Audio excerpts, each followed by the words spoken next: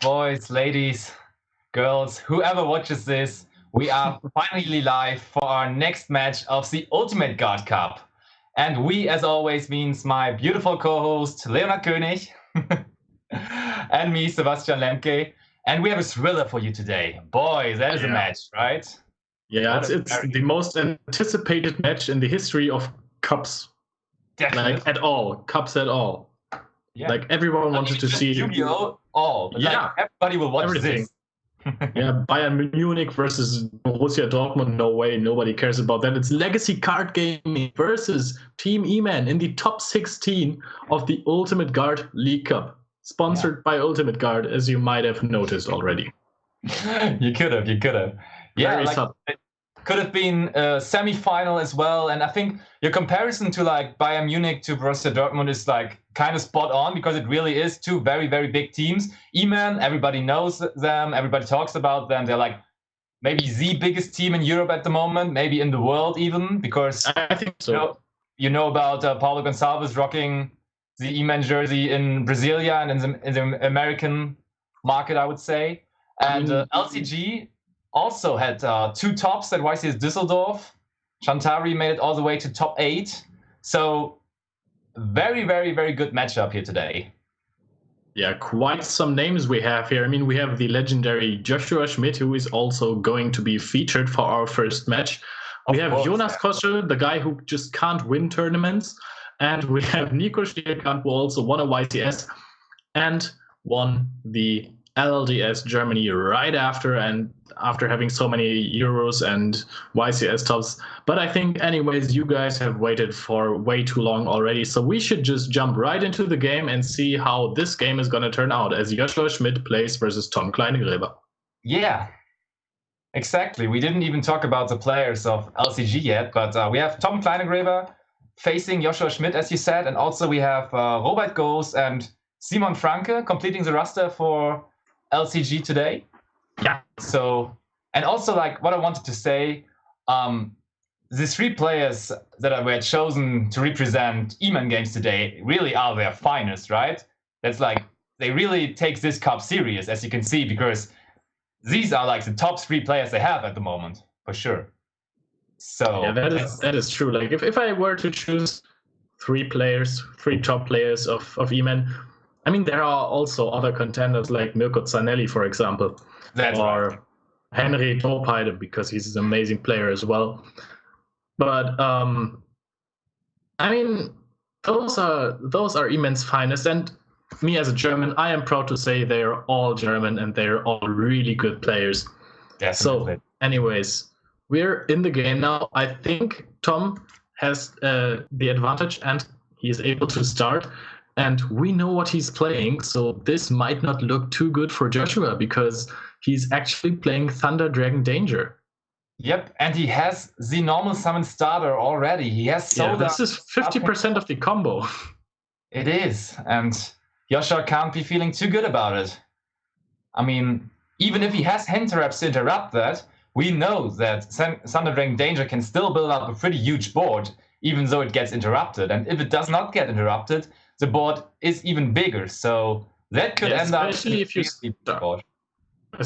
you start like that, it's absolutely insane. Because, I mean, this can even not be interrupted by hand traps. Like, no matter what's happening, he is going to end up with a board with this. Like, he has 3 more cards, and this already can only be stopped by 2 hand traps. You can't Ash the Saryuja. Ash is completely useless. You would have to have like effect negation, like effect Veiler and impermanence. Dankeschön. My roomie just bringing me some coffee so I can stay awake for you guys. You're so lucky. Thank you, Felix, in the chat, please. So, anyways, this one would have to be stopped by effect or impermanence, and it doesn't look like it. I mean, would it be too smart to throw the Veiler if it's your only interruption? I mean, I'm just taking a look at Joshua's list. I think he doesn't play too many hand traps. He does play triple Veiler, triple Ash, and double Ogre in the main deck. That's what he's playing. Yeah, okay, that's not the smallest amount, considering he's playing a Sky Striker. Some people tend to run only 6 hand traps, but he's not guaranteed to open 2, and this hand probably plays through 2 hand traps. So yeah, this doesn't look too good for Joshua, because once this board is on the field, you can't really out it as Sky Striker, because you have your tools being Anchor, but it can still be interrupted by all the other cards, like the Red Dragon Archfiend guy or whatever, and he can't even stop LB, so let's just assume he doesn't have any kind of interruptions. That's fair to assume, yeah. Smitty in the chat is asking what the other matchups are. Jonas Koschel is facing Robert Goss at table 2, and Nico Schleerkamp is facing Simon Franke. So these are our 3 matchups for the day. And let's see how many of the other games we can see, maybe. Because as always, we will be jumping into the other game if it is still going. And in this Ultimate Guard Cup, we actually do not have a time limit. Papisti hits the ball. Yeah. Papisti kind of became a thing. You created it in the Ultimate Guard Cup in the match where Kare 89 played and summoned Pisti? I think he was it, right? And people were jumping on the train and really loved that Papisti. Yeah, I mean, it just makes perfect sense. Okay, this is a Chaos summoned linear. Interesting. I think he might just be going for a no effect activation and then trying to use the shuffle effect later on. Yeah. He might have drawn to. He's probably going to go into Agarpain now. He activated Pisti. That's a lot. A lot going on. Of course, you can go into the second Liviers. You can banish it with Wyvern. Yeah. That really is not looking too good. And I'm not too sure. Does Tom play the Goliath combo, Arcbrave Goliath? I don't think so, right? I don't think so either. I don't have it on my phone, and I'm too lazy to look it up now, so I'm just going to assume that he does not run it. No, he does not. I just looked it up. Okay. I think it's smarter because it's like too bricky, I think. Because like once you get to that point, usually you win anyways. If you're playing Zombiestein, then you can play like the more consistent version. That's true. And also another thing I will be looking up now is he playing the Heretic Seal that was just released?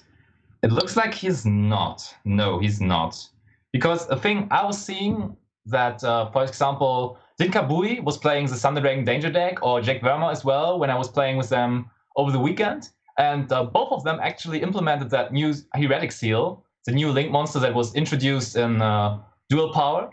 And both of them actually liked it, and they did actually summon it a lot. They usually ended on it, and they were happy to have that extra interruption for your opponent. Yeah, and it's like a crazy good interruption, because the deck that can run the most entrance right now is probably Salamangreat. Okay. And if they interrupt you enough, and you can only end on this thing, you can still bounce the normal summon, which might end the turn, because after having your normal summon interrupted, what are you going to do with Salamangreat? You need to have the hard draw. Leo, you should just check your WhatsApp for a second, because we actually have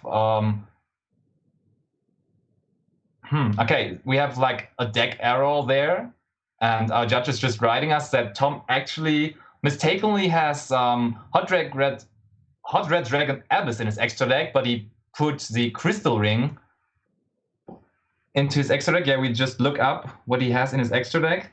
And no, he has the Red Dragon Abyss in his extra deck. It's all fine. So I would just write our judge. Okay, you fix that. Yeah. So, a little bit of confusion, we're sorry. So he has that Abyss Dragon in his extra deck, so it should be all fine, I guess.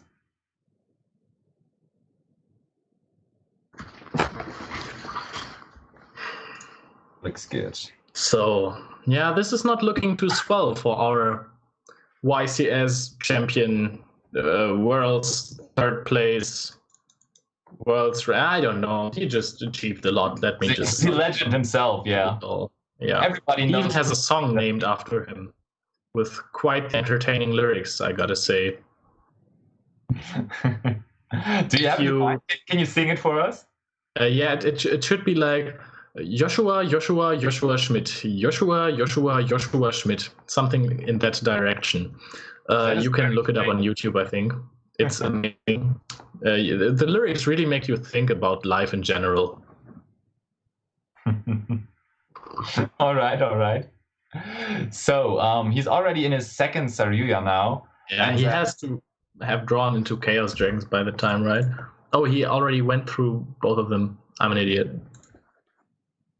Yeah, indeed. But like, what can he add up on here even? Like, is he going to stick with triple Colossus versus Sky Striker? I mean, do you think he knows that he's Sky Striker?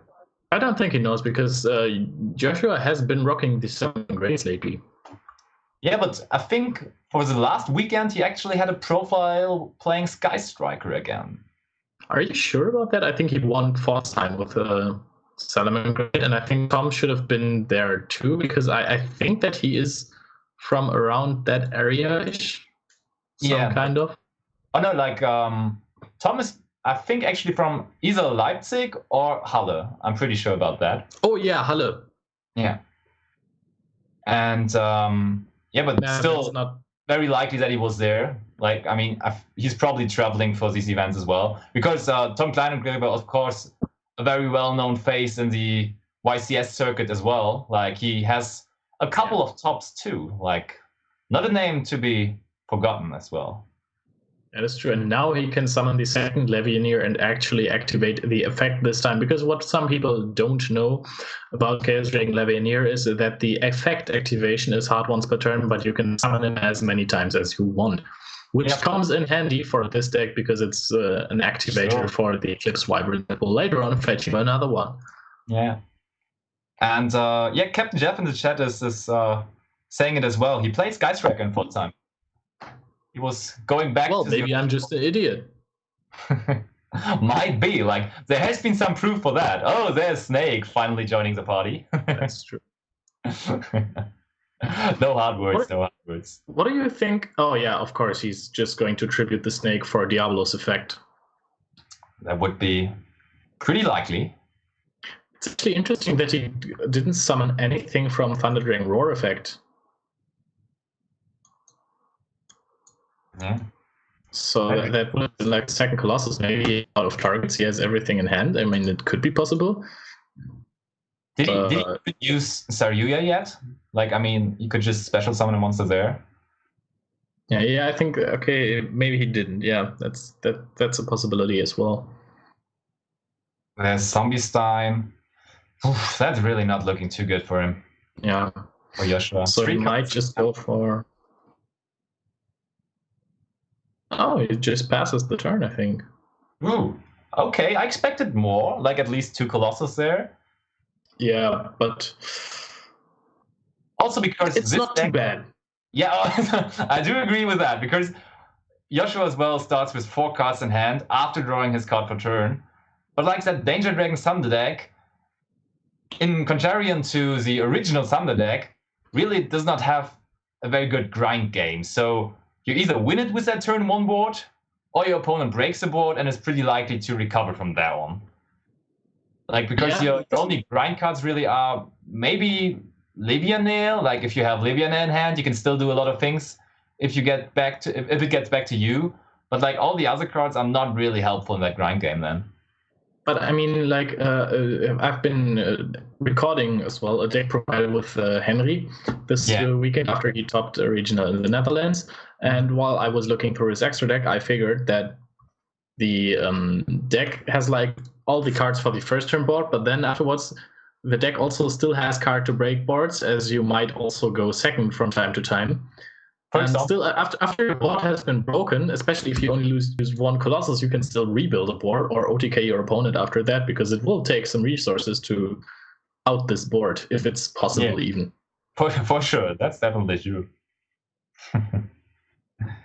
So, he is indeed playing Sky Striker again, and he managed to summon a Kana first, and we talked about it earlier. Kana really is very, very valuable in this Thunder Dragon Danger matchup because you can gain time, and you from time to time need that time to actually win versus this deck. Because if that Hot Red Dragon Abyss Archfiend would be able to attack next turn, that could already be enough to seal the deal. But the fact that he cannot attack might give Joshua another turn there. Very likely. That is also, indeed true. And obviously he sends the anchor. Like the usual thing to send there with Hayate would be engage, but in the Thunder Dragon Danger matchup, obviously you will always want to have that anchor because engage wouldn't do a whole lot when your opponent has Colossus on board. That is true. Now, Tom Stanning, he has like a decision to make, which would be, do I negate the Kagari or do I wait for him to add an anchor and negate that? But I think he made the right choice negating the Kagari, because otherwise there could be some multi-role punishing him later on. Yeah. And this way he's not in danger of, I don't know, like getting into some trouble. It's still 3 cards in hand, and he only has 1 negation and Colossus, but that should probably be enough, as he already used the Kagari, he used the Hayate already, 1 anchor is out. There's not that much more to come, probably, because half of the cards of the deck try to search anyways. That's right. Also, we have like a live ticker from our judge this time, and we have information that Simon Franke at table number 3 already is 1-0 up versus Nico Schlierkamp, so it is looking pretty for Legacy Card Gaming. I mean, we have seen his deck list. If he managed to start the game, that's insane. Like what was he? He was playing, I think, Strikes and Sanctum in Salamangreat. Yeah, he's playing the Sanctums in the sideboard, but he's playing Strikes in the main. Yeah. But there was an awful lot of traps. So yeah.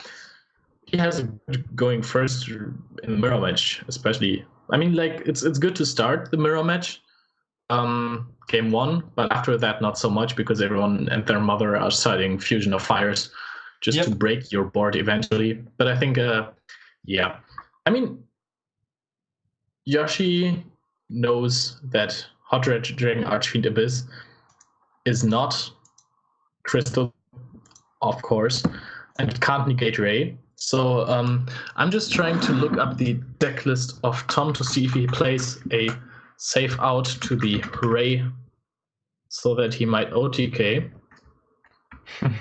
That even rhymed. I would just look as well. And for Link Monsters, he's playing he's playing Phoenix and Unicorn as additional Link Monsters.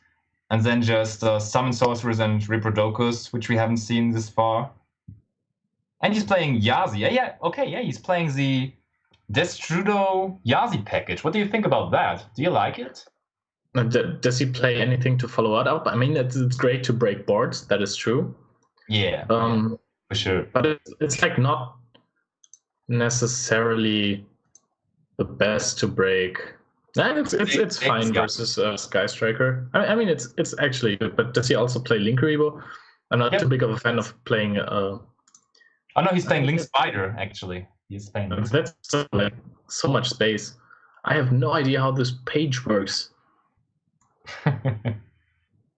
What are you looking for? Can I help you in some way? Checklist. I really want to see it. Okay, I got it. Aha. So that looks pretty good for Tom. Looks like scoop time for Joshua. Yeah. Okay, now he gets the Ray, sure. But from there on, it's just enough damage, right? Just putting all these monsters into attack position should be enough already. I mean, does Yoshi have 2 Kanas? Oh, that is a good question. He could still negate the Kana anyways with Hot Red Dragon Archfiend Abyss, so... Oh yeah, you're right. But true, he cannot attack with the Hot Red Dragon, but I mean, it's still enough. It's pretty frustrating, but it is still enough. I mean, maybe he should have summoned the Mare in attack position, or is it not able to attack? You can summon in that defense position, of course. But it's still a hell lot of damage. You can say so, for sure. I mean, he can also summon Unicorn just because he can, just to bait out that Ray effect, maybe. Yeah, run Cerberus. He does not I run. don't think that anyone except for Julio Valls runs Cerberus. No. Nobody And why does. does he do that? Does he have a serious explanation for that? Because I don't think you should have space for Cerberus there. I mean, Tom already. Yeah, I don't think so either, but he talked twice his Düsseldorf with it. He said that he was like, people were letting him go second most of the time, so it was really good to play through boards and to bait out like Exceeds monsters that came from Salomon Great cards. All right. Oh, right. This one doesn't target. It's nasty. That's true. Oh, that's overkill so hard. Oh, yeah. That's way too much. Okay, so Kana, yeah, you can just negate Kana. Yeah, that's definitely game, I guess. Okay. Oh, effect failure on the Hot Red Archfiend. He would have to negate it with Zombstein, and does that help him at all? He should have gone for the Chaos effect of Levianeer to... Now, would that help him? I think it doesn't really change anything, you know. But maybe he could then, if he has another Kana, then link away the target of the Kana, maybe, so that he can still attack with the monster targeted by Kana, basically. Yeah, and he could like negate the effect of Kana with Zombstein then, and then switch Zombstein to attack position again. Yeah, right. So he actually plays 2 Kanas. I like that. I also played 2 Kanas in my latest Sky Striker builds. But still, it is enough damage. So Joshua concedes that first game. Yeah. And it is 1-0 for Legacy Card Gaming at table 1 as well. So they're leading at table 1 and at table 3. Whew. I mean, Eman games going out in the top 8. That would be harsh for them, I guess. Akin is not happy while he's sipping on his shisha pipes. I can tell you that. For sure. He's probably steaming as his shisha is right now. He must be. Likely. So we are going to go into game 2. I mean, going second versus Thunder is such a hilarious disadvantage. Yeah, it's just annoying. Yeah. But we got information. It is not just 1-0 for Tom and 1-0 for Simon. It's also 1-0 for Robert. So it is 1-0 for all 3 LCG members. That is huge. That is indeed huge. Wow. And card game. And did he hit? Oh yeah, he hit Eagle Booster, but that is not a starter. So if he does not have a starter to follow it up, that could be a very bad position. The terraforming doesn't look too good, but he has Engage. Okay. That's a good one. That is a starter indeed, yeah. What does Tom side versus... Oh yeah, Tom side's Electric Virus. Ooh, yeah. We didn't talk about that yet. We looked through his side deck and we're like, what is this card from Strike of Neos doing again? And we looked it up, and what is Electric Virus doing again? It takes control over Dragon types and machine monsters, so it's actually quite okay. Yeah. It's actually... But this entire side deck is just pretty going second versus Sky Strikers. It's Pancratops, Kaijus. Kaijus are insane. It's 1 Thanos, because he's playing 2 main deck, and 3 Twin Twister, 2 Vanity's Fiend. I mean, the 2 Vanity's Fiend you wouldn't really necessarily side against the deck, especially not going second. But, I mean, it breaks the Ray loop, you know? Yeah. So, he is getting his draw, getting his anchor ready to steal cards from his opponent. Really important, yeah. You need that anchor versus the combo deck. Yeah, he also has the setup Eagle Booster that might... If he gets another spell to the graveyard, then this Eagle Booster is really useful. If it's only at 2 spell traps, then it might not save you from the mighty big board of Thunder Dragon players. Or the big amount of attack points, actually. Yeah, that's right. Actually true. Yeah, so in case you're wondering how the players are communicating so far, and you don't see anything in the chat or something, actually the players are just talking over Discord, and they are communicating by voice with each other, so it is very easy to play, and they have everything ready to have a smooth duel going and to give us as casters and you as viewers a smooth experience to watch. That is a very common play by Sky Strikers, actually searching the Hornet drones in the end phase so that you have it set up for the next turn, that you have a safe access to a monster. Very, very important. And also, what do you think about standby phase Eagle Booster there on the Shizuku? You're playing versus Thunder. You never know if he has Denko Sekka or not. So I think it's actually quite reasonable to do that. And he sniped out the dangerous Tsushinoko. That's not good. You want the draws. You want your graveyard to be filled up. Definitely. I mean, it's not good for Tom. For Joshua, it is good. For Joshua, it's a pretty nice snipe, yeah. This is also a good snipe for Joshua. You don't want you want to fill up your graveyard, but you don't want to fill up with your Chaos Drinks because those you might actually need. Yeah, it's always the card needs that you hit with the danger. Nessie. Okay, he activated the second Tsushinoko. I was kind of curious about that. So he gets a draw and a search. That is, of course, really good for him. This is what you want. But yeah, what do you think? What are his options right now? What can Tom do to overcome this board of Anchor and the Shizuku that is invulnerable? He drew into all his dangers. Like, just summoning dangers will definitely not help him to break that board. So I guess he would need to draw into... I mean, he will probably go into Phoenix pretty quickly to get rid of that Anchor, I would guess.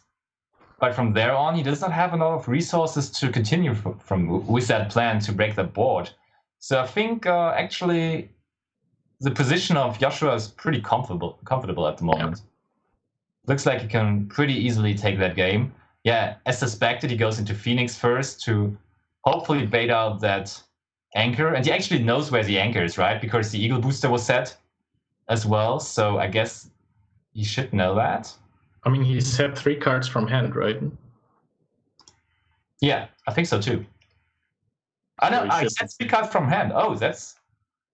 you're right, he searched the Anchor. He did not set it with multi-roll, right? So you have to roll the dice to find out where the Anchor is. That's not too cool for him. Yeah, I mean, let's see what Joshua plays in the side. Like, what could he possibly have set there? Ooh, there's the Anchor. Oh, good snipe. But I mean, he might just take the monster if he has, like, I don't know what set. Oh, his side deck is actually not good against Thunder Rings. He only has the Lancea. He doesn't run summon limits, or there can only be one. He only has Shirt Right, which would kind of count as a trap, I guess. Yeah, I guess so too. So he might have... Oh, he discarded Lancea just right now. Yeah, okay. So that's a good card. To be alive. Because even though you only have one real out to the deck, this out is just insane. Like, if you drop Lancea versus Thunder Dragon Danger, his turn is basically over, right? Yeah. You should consider siding Cold. But I mean, it's just not good with Danger, so rather not do it. Definitely. But I mean, like, when Lancea hits, the game is basically kind of over. Yeah. I mean, sometimes you can still play for a bit. You can, this is usually what happens when you have established your board and then follow it up with Lancea discard. Tom has left the duel. Oh, which is surprising. That is interesting, yeah. Oh yeah, now I see it as well. I was actually thrown out of the game as well. But now we have to set up a new duel, right? But that gives us time to actually welcome all the viewers coming over from Fafa's channel. We actually got hopes from Fafa. Really, really cool. Thank you for that, man. We appreciate it. And hello to everybody joining us. Yeah. And if you're here for Farfa and of course for us, then stay tuned for our podcast in 2 weeks, I think, where we will interview your dear Farfa, and it's gonna be like really good journalism. It's gonna be serious business. As always. All you ever wanted to know, you will know. Yeah. Okay, so I have no idea what's happening again. Both players have left the room. I think that I should too, because everyone did, and now I'm alone in the room. You feel alone, Potter? That reminds me of my school times. Anyways, I'm going to just search out. Okay. Yeah, let's just see. Oh yeah, they opened up a new room. So yeah, okay, so this, I guess. Fighting progress, please wait. Yeah. Okay, so we are ready for game 3. Very at game 3. And now drawing into Lancea would be pretty favorable for Joshua, because he doesn't really have any other good going second cards that really By the way, Jonas tied up as Joshua did, so it's 1-1, but still there is the disadvantage for the E-Man players, meaning that the opponents can start the game 3, which is for Robert and for Tom. It's really big, as they're both playing the Thunder Danger deck. So let's see. Does he have combo wombo again, as he had in game 1? Like that nearly unbreak. Extra start, actually. Oh, does he? Yeah, right. Yeah, we talked about that before. That the color of the phases is actually red, which shows that the player on the bottom is actually the turn player. So Joshua really is starting. And he seems to be as confused as we are. He couldn't even realize it. I mean, I don't know how you tell, because you don't necessarily get to look at his face, but I have seen Thunder players obviously letting their opponents start. I wouldn't recommend it. I don't know if it's because he received a game loss as he was disconnected, but I think that's not how we handle that. If so, it would confuse me. Damn, this is the Holy Trinity: terraforming, fully burial goods, and startup engage, as we used to call it. I think we didn't talk about it yet, but Joshua actually plays triple Foolish Burial Goods in his build today, which is kind of interesting, because usually players were like, yeah, this card is very good, but it is a big brick potential as well.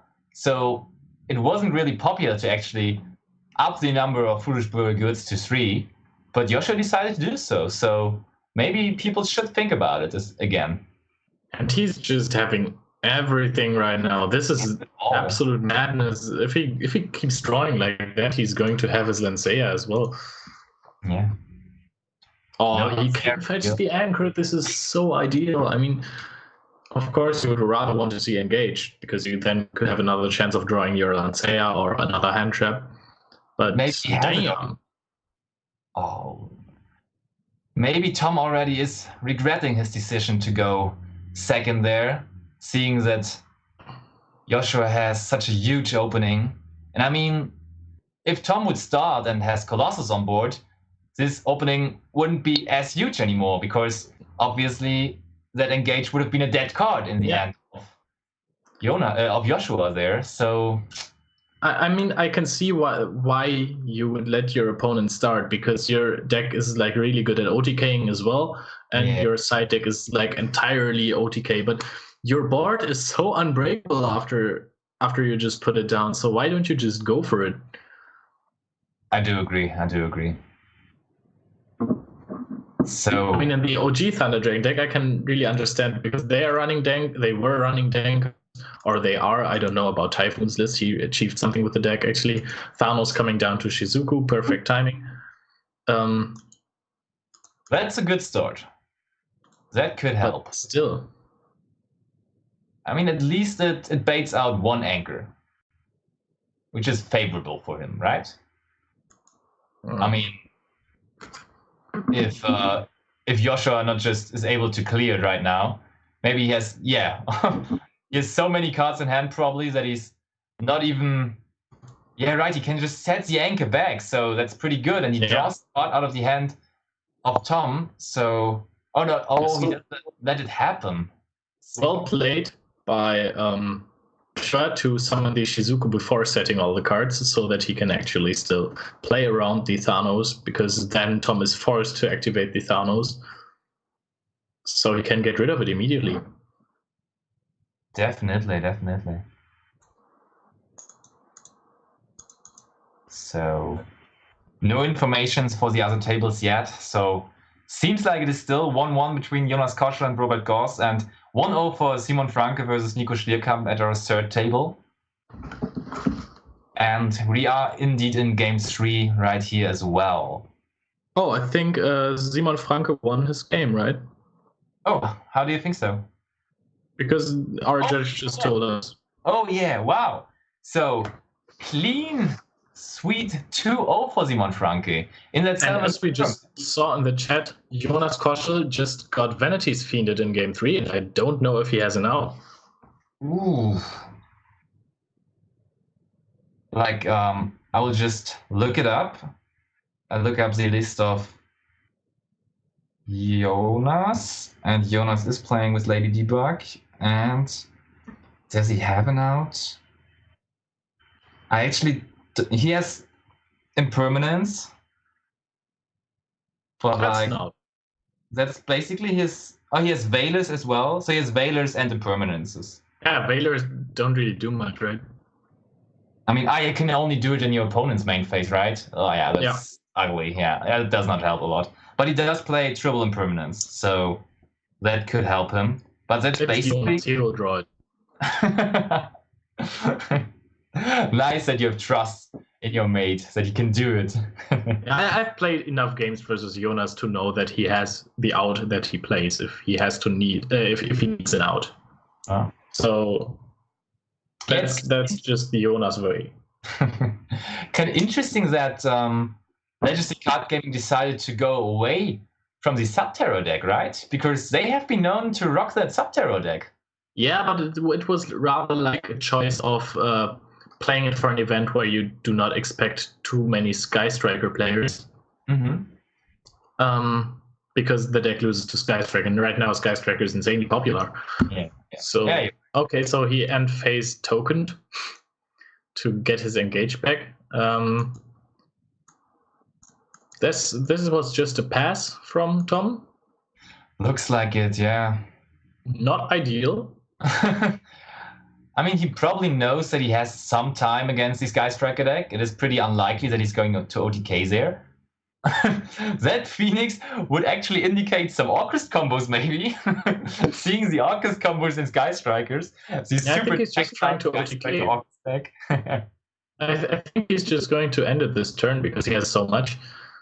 He can actually module the area, so he has the Ray. This is a weird card to add in this situation. If you want OTK, I don't see why you would go for a Phoenix. I mean, you don't necessarily have to OTK, but it's good that you have the Afterburners if he has a second Thanos. So let's see what he can do. He can actually Shark Cannon a monster, which is fine. He can special summon one with Area 0. He still hasn't accessed Kagari this turn, so he could have switched drones with that. He activates the engage now.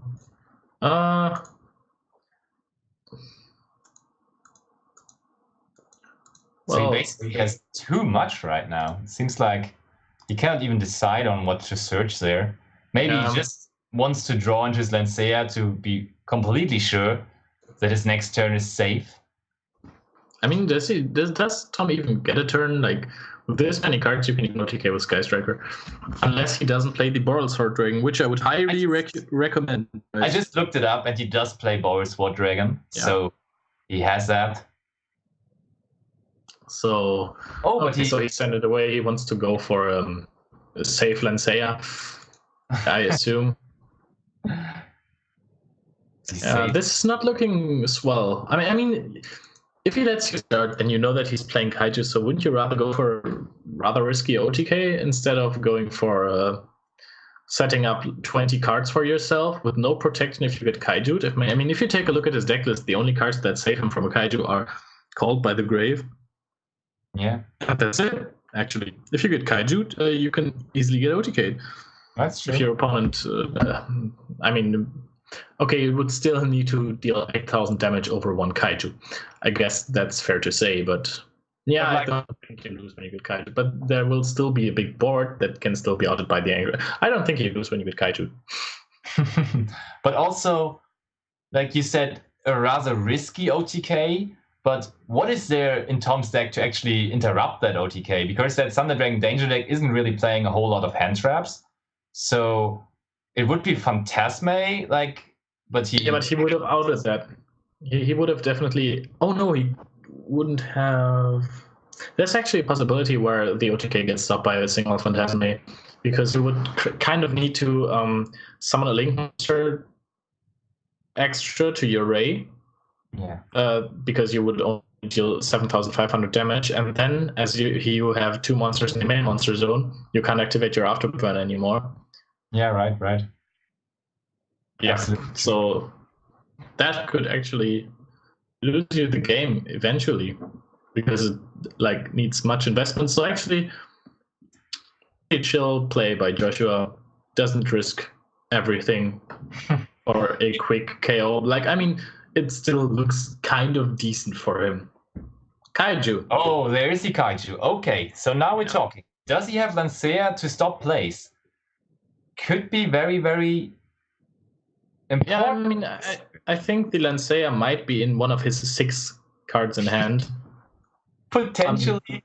And if he has Lancea in hand, let's face it, he would just sit there completely relaxed in front of his computer, being like, okay, do whatever you want. Kaiju isn't even impacting a little bit. It's just... Don't forget about Ghost Ogre, Ash, and Valor that might be in this hand. Also true. But he can play through these in some way, and there is Lancea. Hello, Papa. Hello, Mama. That is really, really bad for him. That is... Ouch. Lancea is just stopping this deck so hard. It feels so unfair with the Thunder Dragon Danger to draw into Lancea, because it's just that auto win button you have there. Really hard. That Kaiju could have been huge, but in this situation it just isn't. Oh, what is coming there? Oh, there's Destrudo. Okay. That at least if Destrudo gets Valored, by the way, it's going back to level 7, if you didn't know. That's a ruling that confused me for a bit, actually. But it is the case, so if you... Oh, that is the scoop. Okay. Let's see if we can find the Jonas match. Yeah, definitely. Let's just quickly go. And his name is, of course, Senpai Konas, so our operator might follow us to maybe see a little bit of that game. What's the password? Help. It was written in the chat. Shall I tell you now? Oh, okay, I just got go it. up a little bit. Yeah, you will see it. I got it. First thing I'm going to do is check Jonas' graveyard if there's... Oh no, he actually had a Rage. Oh, that obviously is the implemented out to Floodgates and Vanity's Fiend that has that Salamangreat deck. I mean, right now it's looking kind of good for Jonas, but you shouldn't forget about the fact that he is only at 1,100 life points. If he has Super Polymerization, though, he wins this game on the spot. Indeed. Yes, so guys, I assume you cannot see the game yet, because our operator isn't in the game so far. But I can tell you that there are a lot of monsters on Jonas' side of the field. So it is looking pretty good for him, that's right. Yeah. The weather is being summoned. Yep. And so this is actually really close.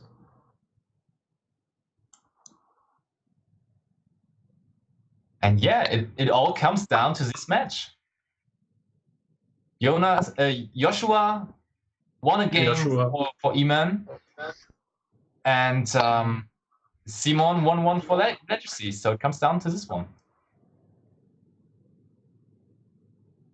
By the way, as Jonas is thinking about how to finish the turn for himself, we would like to advertise our YouTube channel, where you can, for example, rewatch all the videos that you want to see from the German Open in Cologne, all the Ultimate Guard Cup matches, all our podcasts, which might soon also be uploaded somewhere else so that you can easily download and then listen to it on the train if you want to.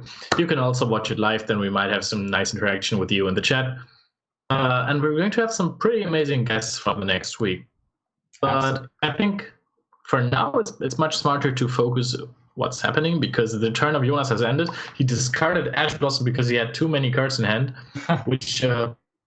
luxury poor, man. Yeah, but I think like all the hand traps in the world do not save you from big monsters attacking over Sunlight Wolf. Which is a pity. Like, you're one of the top meta decks, and actually you just need 2 big monsters to run over your main monster. It is pretty bad, I would say. Just always so weak. The board set Salamangreat creates, like, they're so weak in comparison to Sky Striker boards. It's just always amazes me. And there, by the way, interesting fact, LCG only runs 1 of the Thunder Dragon monsters each. 1 Hawk, 1 Raw, 1 Dark. Wow. But what's also interesting is that like summoning Bigfoot works, summoning Levianeer works. Mm-hmm. There is like a lot that can stop this, that can end this game on the spot. Yeah, for sure. Oh, there's Sky Blaster. Yeah. Do you activate Pancratops now, or do you instantly lose then? Because like you can stop a lot of damage, or like 2 monsters basically by popping the Sky Blaster. Oh, Ogre works. Yeah. Ogre works for that. He only gets 1 token then. That's right. Normal summon genimmt, some would say. Some would, some wouldn't, for sure. Yeah, probably most of the people wouldn't, but... I do agree, yeah. Yeah, you were talking about our YouTube channel. Kind of cool. I saw that the number was going up a little, like, lately. People were catching up on that German Open content and so on. Yeah. And, yeah. I mean, it was an amazing tournament. Of course. And you can rewatch the whole tournament on our YouTube channel. Just check out Card Sports League and you would see everything. And you can, of course, also rewatch this game, and you can rewatch the other games of the Ultimate Guard Cup. And just make sure to subscribe to our YouTube channel. And of course, you can also subscribe to our Twitch channel. And if you're a student and if you have Amazon Prime, you have a Twitch Prime sub for free each month. So just support us and make sure to give us that Twitch Prime sub. We would appreciate it. For sure. I haven't even subbed yet because my Twitch Prime is still like not available for 5 more days. So in 5 days, I will have access to those amazing emotes as well. Exactly, yeah. I will just spam one into the chat right now. So now, as Dweller is activated, hitting Dangerous is actually much better than it is without a Dweller. That's right. Oh, he discarded Levianeer. That is interesting. Would have thought that he would summon it. I mean, maybe he tried to bait out the Pancratops before summoning Levianeer. Maybe the Sunlight Wolf is at 2,300 attack. Maybe. Because of spin. It is possible. It would be interesting to know. But I think then somebody would have put a counter on it. Yeah, most likely. I guess so too. Maybe he has. We need someone who tells us what cards they have in hand, honestly. That would be really luxury. Like, that would be nice. I mean, but we would need another person for that. That would be kind of like, we're already working on that game with 4 persons, us 2, our operator, and a judge. So that is already quite some commitment. And like another person to actually get their cards in hand would be like sick. Yeah. But I mean, I saw that Evan Mata was in the chat. Maybe you have some hacks to see the cards in hand of your opponent on Dueling Book. maybe, yeah. Pew, pew. Oh, Deutschlandische says Spinny just pushes until the end phase. Oh yeah, that makes sense. Okay. It isn't really relevant whether he pushed. I'm terrible at this deck, by the way. I played it at the regionals and I went 6-2, but like I screwed up against Raphael Nathan actually. So I was like really sad after the game because I made like 3 major misplays.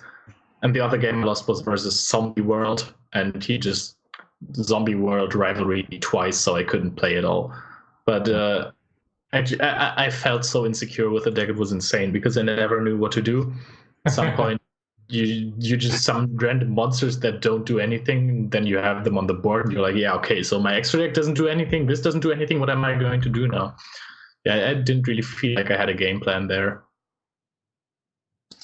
But of course, it makes sense to actually focus on that deck a little right now because you have been running the Sky Striker deck a lot, and it is very likely that we're not going to play Sky Striker full power in a month or so, or like for Nationals season. Yeah, it's possible. Like, a lot of people are praying for that to be the case. And I mean, it obviously is the deck that needs a hit the most right now in the meta game.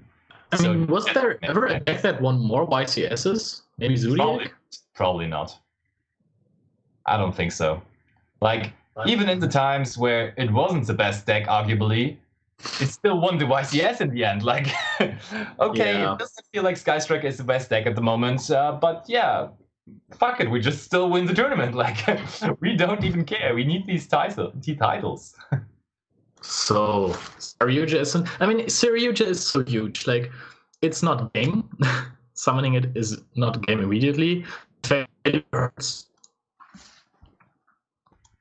Like love does.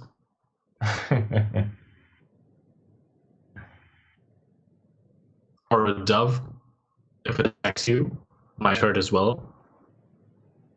Yeah, but I mean, right now, Robert is down to 2 cards in hand, and he has Saryuja, and like, not a lot happens by using all these danger effects, right? Yeah, I don't know why he didn't start off with like summoning Levianeer. Looked like you would want this thing on board, and then you could like this is a win condition. Like Levianeer was game on board. You have to like out the Pancratops still. But discarding it with dangers is not the way to go. I'm pretty sure about that. Definitely not, no. I think Jonas was kind of happy to see that too. Oh, and he just goes battle phase? Like, does he not have Balings engraved? I mean, he's a Pancratops, and he has a Balings as well. So this looks good for E-Man all of a sudden. Oh, I think that probably is a scoop. Yeah. It looks like he wanted to discard those. So eventually, E-Man, after being 0-1 or 0-2-1 in every single of those 3 games, they eventually took it because Jonas Koschel and the Honorable Joshua Schmidt managed to defeat their opponents, and they carried Nico Schlierkamp, that damn Luther, through this game. Yeah, we were already seeing the apocalyptic on the horizon as all of the players were down 1-0, but congratulations to Team E-Man Games. They made the semi-final, right? They are in top 8 now. I know, top 8. They will face Cards of Men. Oh, Cards of Men are still an interesting for a team with an interesting logo considering the name. I'm just going to point that out. No judging, but okay, yeah, of course. So, we had a super nice featured match. We saw a little bit of the second match as well, and I guess we're already well over an hour now. So, I would say we could just finish it up right now. But we can actually spoiler the weekend because you are going to have a nice weekend of Yu-Gi-Oh again, right? Yeah, I forgot about that. I gotta take like 6 hours of driving tomorrow though. Yeah. Okay, so anyways, I'm totally hyped for that. We will see the Card Market Series in Ghent. What an amazing tournament. It's like the first tournament I've ever heard about. It gives you free entry sleeves. Yeah. So This is amazing. You should probably go there. Ghent is not that far away from, for example, the Ruhrgebiet in Germany. You can kind of easily exit. Like Flixbus also has a direct to Brussels, and from there it's not that far anyways. If you can't attend the tournament, then you should definitely check out our stream. Bastian, unfortunately, won't be there. Nope. I will be there with Oliver German, who is, of course, also a fan favorite. And it's going to be an amazing tournament again, and I'm really looking forward to cast it. Not to the driving part to get there, but casting it will be great. Yeah, I will definitely tune in as well and follow the tournament in some way. And if you guys want to attend the tournament, make sure to actually pre-order your tickets on cardmarket.com. Yeah, that's just way safer, and then you can be secure to just be in the tournament for sure. So definitely take that option. I really like that option in general. And I hope that we may someday see it at a YCS level as well, so that you can just pre-register from your home seat and then be in the tournament already. That would be cool. Like, I mean, Pokemon already does that, and it makes things much easier. Yeah, and for it makes things easier in case of like not having to run 2 YCSs in Düsseldorf, maybe, for example. Like, people couldn't see that coming when we have pre-registering there. Like, would have made things easier at least, A bit, maybe. Like, we wouldn't need to rent like the Hotel Hilton for one day spontaneously. But anyways, this is hate that belongs to our podcast. We're probably going to rage about stuff on Tuesday again. We will also talk to Quincy as our guest, and we are having another new mini game for you guys, which is not quick spells. You could check on YouTube what we did with quick spells in our last session, because we had Jonas Koschel and Lucas Windel battle it out. They were on an even score in our mini games, so eventually they had to battle it out who gets a free sub. So anyways, we were happy to cast this game for you. I hope you tune in next week again. Also listen, watch our podcast, whatever. Tune into Ghent or go there and play it. And thank you. Have a great night. See ya. Good night, guys. See ya.